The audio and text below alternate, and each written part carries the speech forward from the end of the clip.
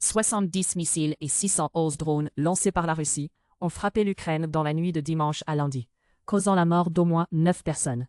Cet assaut massif intervient au moment où le conflit russo-ukrainien atteint une nouvelle intensité, plongeant l'Europe dans une situation de tension géopolitique inédite depuis la fin de la guerre froide. L'attaque de cette ampleur témoigne d'une escalade militaire inquiétante dans cette guerre qui ravage l'Ukraine depuis février 2022.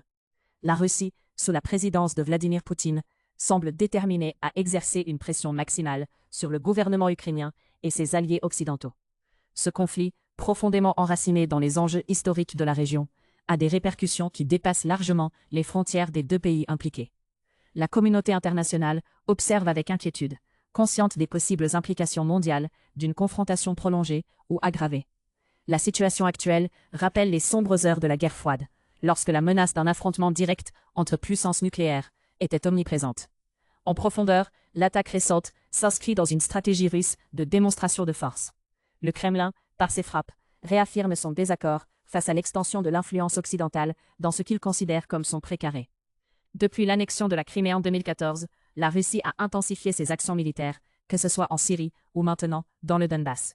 Le recours à des missiles et des drones de manière aussi massive est significatif. Il reflète non seulement une capacité militaire soutenue, mais aussi une volonté de tester la réaction des puissances occidentales. Les États-Unis, l'Union européenne et l'OTAN ont tous renforcé leur soutien à l'Ukraine, que ce soit par des sanctions économiques contre la Russie ou par une assistance militaire accrue. Cependant, le risque d'un conflit ouvert, avec une Russie dotée de l'arme nucléaire, pèse lourdement sur les décisions stratégiques. Pour les populations ukrainiennes, ces attaques représentent un quotidien de violence et de souffrance. Des villes entières subissent les frappes, entraînant des pertes humaines et des destructions matérielles considérables. Le système de santé ukrainien, déjà mis à rude épreuve par des mois de guerre, peine à répondre aux besoins croissants. En 2022, l'Organisation mondiale de la santé rapportait que plus de 400 établissements de santé avaient été endommagés ou détruits. La guerre entraîne également un lourd bilan économique. Selon la Banque mondiale, le PIB ukrainien a chuté de plus de 30% depuis le début du conflit. L'exode de millions de réfugiés vers les pays européens voisins exacerbe une crise humanitaire déjà alarmante.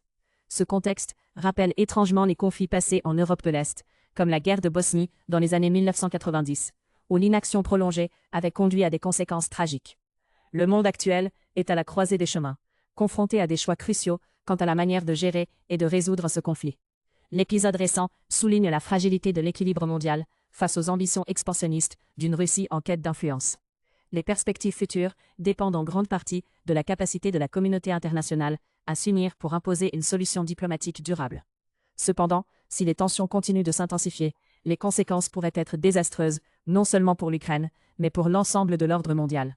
Il est primordial que les leaders mondiaux agissent avec fermeté et discernement.